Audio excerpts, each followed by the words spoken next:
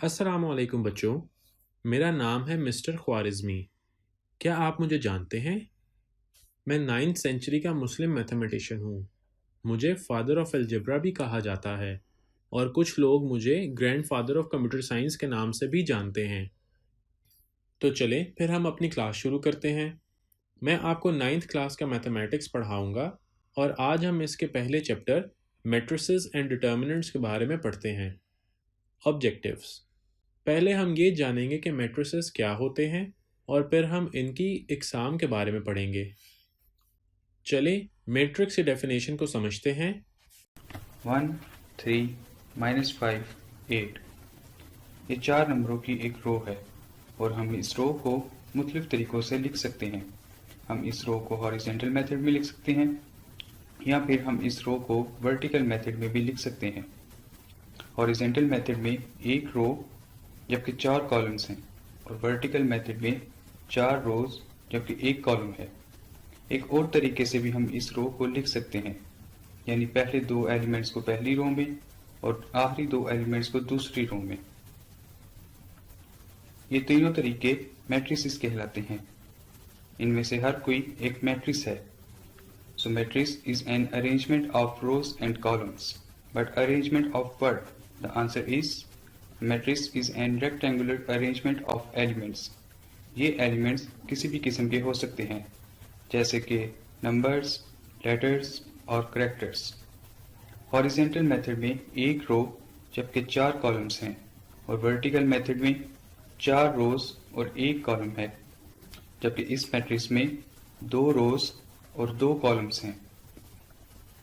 So matrix is an rectangular arrangement of rows and columns. यहाँ पर एक बात ज़हन नशीन करने वाली ये है कि किसी भी मैट्रिक्स के मैट्रिक्स होने के लिए 2 कंडीशंस का होना लाजमी है। इसमें से पहली कंडीशन ये है कि मैट्रिक्स की हर रो में इक्वल नंबर ऑफ एलिमेंट्स होने चाहिए। मिसाल के तौर पर इस मैट्रिक्स में 4 रोज हैं और चारों रोज में एक एक एलिमेंट है, और इस मैट्रिक्स में 2 रोज हैं जिसमें 2 एलिमेंट्स हैं। इसी तरह दूसरी कंडीशन जो मैट्रिक्स को एक मैट्रिक्स बनाती है वो ये है कि मैट्रिक्स के हर कॉलम में भी इक्वल नंबर ऑफ एलिमेंट्स होने चाहिए। मिसाल के तौर पर इस मेथड में 4 कॉलम्स हैं और हर कॉलम में एक एक एलिमेंट है। इसी तरह इस मैट्रिक्स में एक कॉलम है और इस कॉलम में एक एक एलिमेंट है। इसी तरह इस मैट्रिक्स में 2 कॉलम्स हैं और हर कॉलम्स में नंबर ऑफ एलिमेंट्स 2 हैं। सो matrix is an rectangular arrangement of rows and columns in which each row has equal number of elements and each column has equal number of elements. अब हम मुख्तलिफ मिसालें देखते हैं जिससे हमें मालूम होगा कि एक मैट्रिक्स किस तरह एक मैट्रिक्स बनती है। मिसाल के तौर पर इस मैट्रिक्स में 2 रोज हैं और हर रो में नंबर ऑफ एलिमेंट्स 2 हैं। इसी तरह इसमें 2 कॉलम्स हैं और कॉलम्स में भी एलिमेंट्स की तादाद 2 है, जिसकी वजह से ये एक मैट्रिक्स है। इसी तरह ये तीनों भी एक एक मैट्रिक्स हैं। अब क्या ये एक मैट्रिक्स है? अगर हम गौर करें तो हमें मालूम होगा कि इसमें नंबर ऑफ एलिमेंट्स 3 हैं, जिसकी पहली रो में 2 एलिमेंट्स और दूसरी रो में 1 एलिमेंट है। अब पहले बताई गई कंडीशंस के मुताबिक इसमें नंबर ऑफ एलिमेंट्स रोज और कॉलम सेम नहीं है, जिसकी वजह से ये एक मैट्रिक्स नहीं है। अब क्या ये एक मैट्रिक्स है? इसमें 3 कॉलम्स हैं, जिसके पहले कॉलम में 2 एलिमेंट्स, दूसरे में 1 और तीसरे में 2 एलिमेंट्स हैं। अब यहाँ भी अगर हम गौर करें तो हमें मालूम होगा कि इसके कॉलम्स में भी नंबर ऑफ एलिमेंट्स सेम नहीं है। So this is not a matrix. So this is the definition of matrix, in which a matrix is an rectangular arrangement of rows and columns in which each row has equal number of element and each column has equal number of element. So this is the definition of matrix. उम्मीद है आपको समझ आ रही है। अब matrix के elements, order और position के बारे में समझते हैं। Matrices, elements, order and position of elements. सबसे पहले हम एलिमेंट्स ऑफ मैट्रिसेस को डिस्कस करते हैं। एलिमेंट्स ऑफ मैट्रिसेस को कंपोनेंट्स ऑफ मैट्रिसेस भी कहा जाता है। एलिमेंट्स ऑफ मैट्रिसेस लेटर्स की शक्ल में हो सकते हैं या सिंबल्स की शक्ल में भी हो सकते हैं। इस मैट्रिक्स में 6 एलिमेंट्स मौजूद हैं। सबसे पहला एलिमेंट है 3, 1, -2, 4, -1 एंड 6। ये तमाम नंबर्स एलिमेंट्स ऑफ मैट्रिसेस कहलाते हैं। अब हम ऑर्डर को डिस्कस करते हैं। इस मैट्रिक्स में 3 रोज और 2 कॉलम्स हैं, जिसकी वजह से इस मैट्रिक्स का ऑर्डर 3/2 है। 3/2 ऑर्डर में ये याद रहे कि सबसे पहले नंबर ऑफ रोज को लिखा जाता है, इसके बाद नंबर ऑफ कॉलम्स को लिखा जाता है। अब हम पोजीशन ऑफ एलिमेंट्स को डिस्कस करते हैं। इस मैट्रिक्स में 6 एलिमेंट्स मौजूद हैं और हर एलिमेंट की एक यूनिक पोजीशन है। पोजीशन ऑफ एलिमेंट्स में सबसे पहले मैट्रिक्स की रो को लिखा जाता है, इसके बाद कॉलम को लिखा जाता है। सो position of element is a combination of rows and columns. अब हम इस मैट्रिक्स की 1 एलिमेंट को देखते हैं। 1 एलिमेंट से मुराद पहली रो और पहले कॉलम में मौजूद एलिमेंट है, जो कि 3 है। अब हम इस मैट्रिक्स के 1 एलिमेंट को देखते हैं। 1 एलिमेंट से मुराद पहली रो और दूसरे कॉलम में मौजूद एलिमेंट है, जो कि 1 है। अब हम एक एग्जाम्पल को कंसिडर करते हैं, जिसमें हमें ये मैट्रिक्स दी गई है। इस मैट्रिक्स में हम सबसे पहले इसके ऑर्डर को डिस्कस करेंगे, इसके बाद 1/3 एलिमेंट को देखेंगे और फिर 2/1 एलिमेंट को देखेंगे। सबसे पहले ऑर्डर को डिस्कस करते हैं। इस मैट्रिक्स में 1 रो और 3 कॉलम्स हैं, जिसकी वजह से इस मैट्रिक्स का ऑर्डर 1/3 है। अब हम 1/3 एलिमेंट को देखते हैं। 1/3 एलिमेंट से मुराद पहली रो और तीसरे कॉलम में मौजूद एलिमेंट है, जो कि -2 है। अब हम 2/1 एलिमेंट को देखते हैं। 2/1 एलिमेंट से मुराद दूसरी रो और पहले कॉलम में मौजूद एलिमेंट है। जैसा कि इस मैट्रिक्स में दूसरी रो एग्जिस्ट नहीं करती, जिसकी वजह से 2/1 एलिमेंट एग्जिस्ट नहीं करता। So this is the lesson of this session. अब हम इससे रिलेटेड एक्सरसाइज के कुछ सवाल हल करते हैं। तो एक्सरसाइज 1.1 का क्वेश्चन नंबर 1 ये है कि नीचे दिए गए मैट्रिसेस का ऑर्डर मालूम करें। तो क्या आप ए का ऑर्डर बता सकते हैं? इसमें 2 रोज और 2 कॉलम्स हैं, तो इसका ऑर्डर 2x2 होगा। इसी तरह आप बाकी पार्ट्स का ऑर्डर मालूम करें। हम मिलते हैं एक ब्रेक के बाद। उम्मीद है आपने सब सवाल हल कर लिए होंगे। तो अब हम इक्वल मैट्रिसेस के बारे में पढ़ते हैं। Equality of matrices. इस टॉपिक में हम सबसे पहले मैट्रिसेस के ऑर्डर को डिस्कस करेंगे, इसके बाद कॉरिस्पॉन्डिंग एलिमेंट्स को देखेंगे कि क्या मैट्रिसेस के कॉरिस्पॉन्डिंग एलिमेंट्स आपस में इक्वल हैं या नहीं। सबसे पहले हम ऑर्डर को डिस्कस करते हैं। इन दोनों मैट्रिसेस में 2 रोज और 2 कॉलम्स हैं, जिसकी वजह से हम ये कह सकते हैं कि इन दोनों मैट्रिसेस का ऑर्डर आपस में सेम है। अब हम कॉरिस्पॉन्डिंग एलिमेंट्स को डिस्कस करते हैं। ये दोनों मैट्रिसेस 4 एलिमेंट्स पर मुश्तमिल है और तमाम एलिमेंट्स आपस में इक्वल हैं, जैसे कि ए आपस में इक्वल है, बी आपस में इक्वल है, सी आपस में इक्वल है और इसी तरह डी भी आपस में इक्वल है। अब हम एक एग्जाम्पल को कंसिडर करते हैं, जिसमें हमें ये 2 मैट्रिसेस दी गई हैं। इन दोनों मैट्रिसेस के सबसे पहले हम ऑर्डर को डिस्कस करेंगे, इसके बाद कॉरिस्पॉन्डिंग एलिमेंट्स को डिस्कस किया जाएगा। अब हम इन मैट्रिसेस के ऑर्डर को देखते हैं। दोनों मैट्रिसेस 2 रोज और 2 कॉलम्स पर मुश्तमिल हैं, जिसकी वजह से हम ये कह सकते हैं कि इन दोनों मैट्रिसेस का ऑर्डर आपस में सेम है। अब हम इन मैट्रिसेस के कॉरिस्पॉन्डिंग एलिमेंट्स को डिस्कस करते हैं। दोनों मैट्रिक्स के 1/1 एलिमेंट आपस में इक्वल हैं। इसी तरह अगर हम 1/2 एलिमेंट को देखें तो 1/2 एलिमेंट आपस में इक्वल नहीं है, जिसकी वजह से हम ये कहेंगे कि ये दोनों मैट्रिसेस कॉरिस्पॉन्डिंग एलिमेंट्स पर मुश्तमिल हैं, जिसके एलिमेंट्स आपस में इक्वल नहीं हैं। अब हम एक और एग्जाम्पल को कंसिडर करते हैं, जिसमें हमें ये 2 मैट्रिसेस दी गई हैं। अब हम इन मैट्रिसेस के ऑर्डर को डिस्कस करेंगे। दोनों मैट्रिसेस 2 रोज और 3 कॉलम्स पर मुश्तमिल हैं, जिसकी वजह से हम ये कह सकते हैं कि इन दोनों मैट्रिसेस का ऑर्डर आपस में सेम है।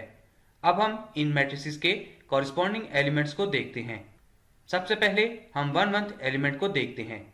दोनों मैट्रिक्स के 1/1 एलिमेंट आपस में इक्वल हैं। इसी तरह हम 1/2 एलिमेंट को अब देखेंगे। दोनों मैट्रिक्स के 1/2 एलिमेंट भी आपस में इक्वल हैं, और अगर आप गौर करें तो बाकी एलिमेंट्स भी आपको इक्वल नजर आ रही हैं, जिसकी वजह से हम ये कहेंगे कि ये दोनों मैट्रिसेस कॉरिस्पॉन्डिंग एलिमेंट्स पर मुश्तमिल हैं जो कि आपस में इक्वल हैं। तो अब इस डेफिनेशन को जहन में रखते हुए हम एक्सरसाइज के कुछ सवाल हल करते हैं। क्वेश्चन नंबर 2, नीचे दिए गए मैट्रिसेस में से कौन से मैट्रिक्स आपस में बराबर हैं? तो डेफिनेशन को जहन में रखते हुए आप देख सकते हैं कि ए और सी आपस में बराबर हैं। ए मैट्रिक्स की वैल्यू है 3 और सी की वैल्यू है 5 - 2 = 3। इसी तरह बी और आई भी आपस में बराबर हैं क्योंकि दोनों के फर्स्ट एलिमेंट्स बराबर हैं। बी का सेकंड एलिमेंट 5 है और आई का 3 + 2 = 5 है, जिसके ज़रिए आई और बी बराबर हो जाते हैं। इसी तरह आप बाकी क्वेश्चंस को सॉल्व करें। हम मिलते हैं एक ब्रेक के बाद। अब हम अपने टॉपिक मैट्रिसेस की इकसाम के बारे में पढ़ते हैं। Matrices types part 1। इस टॉपिक में हम सबसे पहले टाइप 1 को डिस्कस करते हैं। टाइप 1 में वो मैट्रिसेस शामिल हैं जो कि जस्ट एक रो पर मुश्तमिल होती हैं। इस तरह की मैट्रिसेस को रो मैट्रिसेस कहा जाता है। अब हम रो मैट्रिक्स से रिलेटेड एक एग्जाम्पल को कंसिडर करते हैं जिसमें हमें ये मैट्रिक्स दी गई है। अगर गौर किया जाए तो ये मैट्रिक्स जस्ट एक रो पर मुश्तमिल है, जिसकी वजह से इस मैट्रिक्स को रो मैट्रिक्स कहा जाएगा। टाइप 2 में वो मैट्रिसेस शामिल हैं जो कि जस्ट एक कॉलम पर मुश्तमिल होती हैं। इस तरह की मैट्रिसेस को कॉलम मैट्रिसेस कहा जाता है। अब हम कॉलम मैट्रिक्स से रिलेटेड एक एग्जाम्पल को कंसिडर करते हैं। एग्जाम्पल में हमें ये मैट्रिक्स दी गई है। अगर गौर किया जाए तो ये मैट्रिक्स जस्ट एक कॉलम पर मुश्तमिल है, जिसकी वजह से इस मैट्रिक्स को कॉलम मैट्रिक्स कहा जाएगा। टाइप 3 में हमें ये मैट्रिक्स दी गई है जो कि 2 रोज और 2 कॉलम्स पर मुश्तमिल है, और अगर गौर किया जाए तो इसके तमाम एलिमेंट्स 0 पर मुश्तमिल हैं, जिसकी वजह से इस तरह की मैट्रिक्स को नल और ज़ीरो मैट्रिक्स कहा जाता है। अब हम ज़ीरो और नल मैट्रिक्स से रिलेटेड एक एग्जाम्पल को कंसिडर करते हैं जिसमें हमें ये मैट्रिक्स दी गई है। इस मैट्रिक्स में 3 रोज और 3 कॉलम्स हैं और तमाम एलिमेंट्स 0 पर मुश्तमिल हैं, जिसकी वजह से इस मैट्रिक्स को ज़ीरो और नल मैट्रिक्स कहेंगे। Matrices types part 2। जैसा कि आपको याद होगा कि पार्ट 1 में हमने मैट्रिसेस की 3 टाइप्स को डिस्कस किया था। टाइप 1 में वो मैट्रिसेस शामिल थीं जो कि जस्ट एक रो पर मुश्तमिल होती हैं। ऐसी मैट्रिसेस को रो मैट्रिसेस कहा जाता है। दूसरी टाइप्स में हमने कॉलम मैट्रिसेस को डिस्कस किया था। कॉलम मैट्रिसेस में वो मैट्रिसेस शामिल हैं जो कि जस्ट एक कॉलम पर मुश्तमिल होती हैं। और तीसरी टाइप में हमने ज़ीरो मैट्रिसेस को डिस्कस किया था। ज़ीरो मैट्रिसेस में वो मैट्रिसेस शामिल हैं जिनके तमाम एलिमेंट्स 0 पर मुश्तमिल हों। ऐसी मैट्रिसेस को ज़ीरो और नल मैट्रिसेस कहा जाता है। आज हम टाइप 4 को डिस्कस करेंगे। टाइप 4 में वो मैट्रिसेस शामिल हैं जो कि 3 रोज और 2 कॉलम्स पर मुश्तमिल हों, यानी कि इनके नंबर ऑफ रोज और नंबर ऑफ कॉलम्स आपस में सेम ना हों। ऐसी मैट्रिसेस को रेक्टेंगुलर मैट्रिसेस कहा जाता है।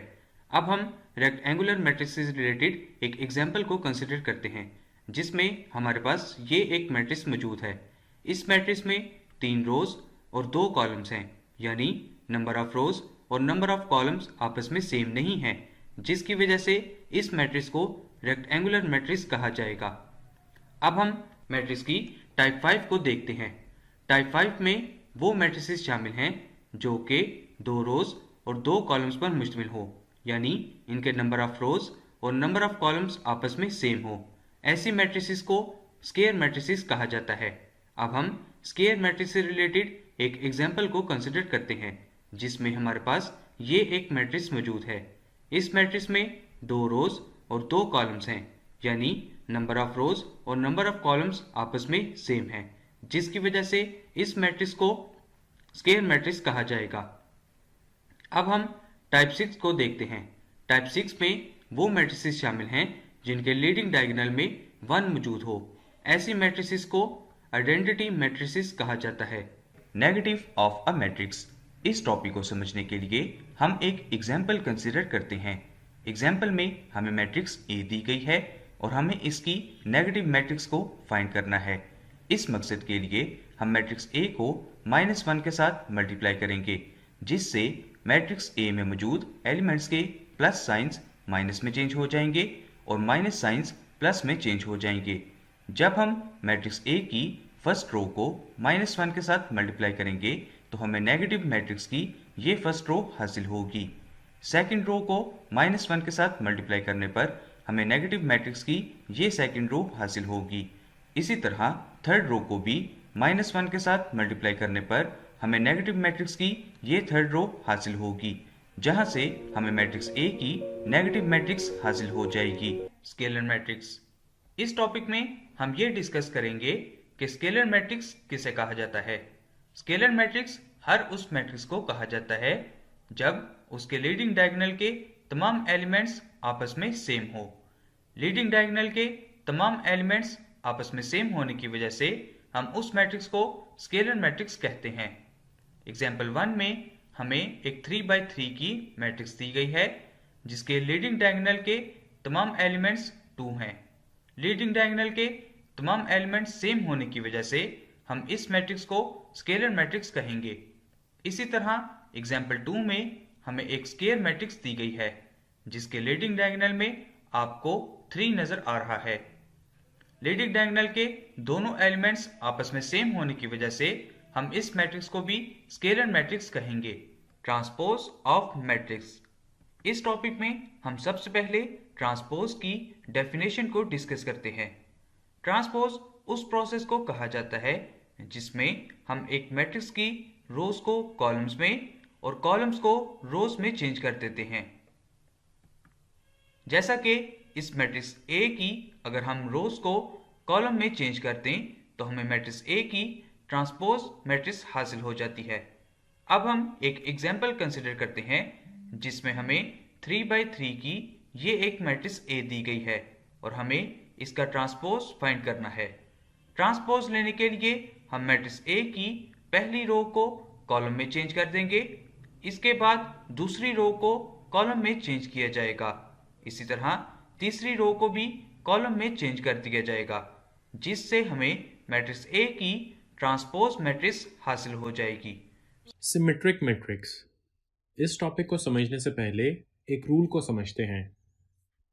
एक स्क्वायर मैट्रिक्स उस वक्त सिमेट्री मैट्रिक्स कहलाती है जब ए ट्रांसपोज और ए मैट्रिक्स आपस में सेम हो। इसको अब हम एक एग्जाम्पल की मदद से समझते हैं। एग्जाम्पल में हमें एक स्क्वायर मैट्रिक्स दी गई है। सबसे पहले हम उस स्क्वायर मैट्रिक्स का ए ट्रांसपोज निकालते हैं। ट्रांसपोज निकालने के लिए मैट्रिक्स ए की रोज को कॉलम्स में चेंज कर दिया जाएगा, जिसके लिए हम मैट्रिक्स ए की पहली रो को कॉलम में चेंज करते हैं। इसके बाद दूसरी रो को कॉलम में चेंज किया जाएगा और आखिर में तीसरी रो को भी कॉलम में चेंज कर दिया जाएगा। इस तरह हमें ए ट्रांसपोज मैट्रिक्स हासिल हो जाएगी। इसके बाद अगर हम ए ट्रांसपोज मैट्रिक्स और ए मैट्रिक्स को आपस में कंपेयर करें तो ये दोनों मैट्रिसेस हमें सेम नज़र आ रही हैं, जिसकी वजह से ये रूल प्रूव हो जाता है कि एक स्क्वायर मैट्रिक्स उस वक्त सिमेट्री कहलाती है जब ए ट्रांसपोज बराबर होगा ए के। Skew symmetric matrix. इस टॉपिक को समझने से पहले मैं आपको एक रूल बताता चलूं कि एक स्क्वायर मैट्रिक्स उस वक्त स्क्यू सिमेट्रिक मैट्रिक्स कहलाती है जब ए ट्रांसपोज मैट्रिक्स और नेगेटिव ए मैट्रिक्स आपस में सेम हो। इस रूल को अब हम एक एग्जाम्पल की मदद से समझते हैं। एग्जाम्पल में हमें एक स्क्वायर मैट्रिक्स ए दी गई है। सबसे पहले हम स्क्वायर मैट्रिक्स ए का ट्रांसपोज फाइंड करेंगे। ट्रांसपोज फाइंड करने के लिए मैट्रिक्स ए की रोज को कॉलम में चेंज कर दिया जाएगा, जिसके लिए हमें मैट्रिक्स ए की पहली रो को कॉलम में चेंज करना होगा।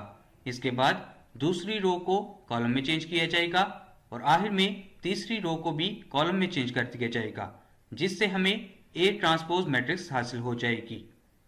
इसके बाद अब हम मैट्रिक्स ए की नेगेटिव मैट्रिक्स फाइंड करते हैं। नेगेटिव मैट्रिक्स को फाइंड करने के लिए मैट्रिक्स ए के साइंस को चेंज कर दिया जाएगा, यानी पॉजिटिव साइन माइनस में चेंज हो जाएगा और नेगेटिव साइन पॉजिटिव में चेंज हो जाएगा। जब हम मैट्रिक्स ए की पहली रो के साइंस को चेंज करेंगे तो हमें नेगेटिव मैट्रिक्स की ये रो हासिल होगी। इसके बाद दूसरी रो के साइंस को चेंज किया जाएगा जिससे हमें नेगेटिव मैट्रिक्स की दूसरी रो हासिल होगी।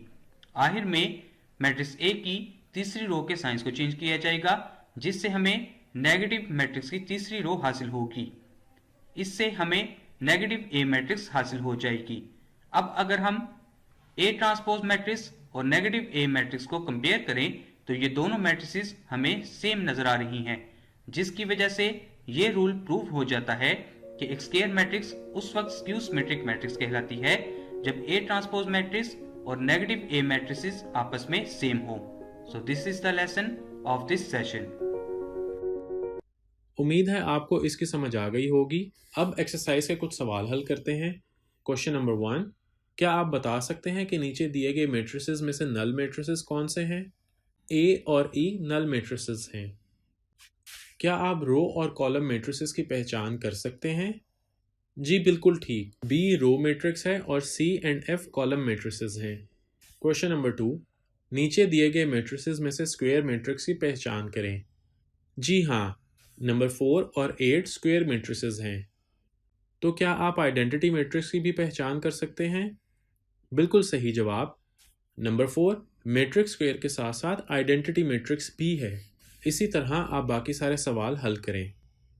क्वेश्चन नंबर 4, क्या आप मैट्रिक्स ए का नेगेटिव मैट्रिक्स लिख सकते हैं? जी हाँ, बिल्कुल ठीक। क्वेश्चन 5, क्या आप ए का ट्रांसपोज मालूम कर सकते हैं? जी बिल्कुल ठीक। अब सवाल नंबर 6 को हल करते हैं, जो ये है कि साबित करें ए ट्रांसपोज का होल ट्रांसपोज बराबर है ए के, जबकि ए हमारे पास ये दिया गया है। ए एक स्क्वायर मैट्रिक्स है। इसका ट्रांसपोज लेने के लिए हमें इसकी रोज को कॉलम में चेंज करना होगा। तो हमारे पास ए ट्रांसपोज बराबर हो जाएगा इन वैल्यूज़ के। अब ए ट्रांसपोज का दोबारा ट्रांसपोज लेने के लिए हमें ए ट्रांसपोज की रोज को कॉलम्स में चेंज करना पड़ेगा। इस तरह ए ट्रांसपोज के होल ट्रांसपोज से हमें ये मैट्रिक्स हासिल हो जाएगा जो कि ए के बराबर है, जिससे ये साबित होता है कि ए ट्रांसपोज का होल ट्रांसपोज बराबर है ए के। इसी तरह आप इसके अगले सवाल हल करें। तो अब इससे रिलेटेड कुछ मल्टीपल चॉइस क्वेश्चंस को सॉल्व करते हैं। नंबर 1, मैट्रिक्स ए का ऑर्डर क्या होगा? 3/2 सही जवाब। नंबर 2, अगर एक मैट्रिक्स ए का ऑर्डर 2/3 है तो उसके ट्रांसपोज का क्या ऑर्डर होगा?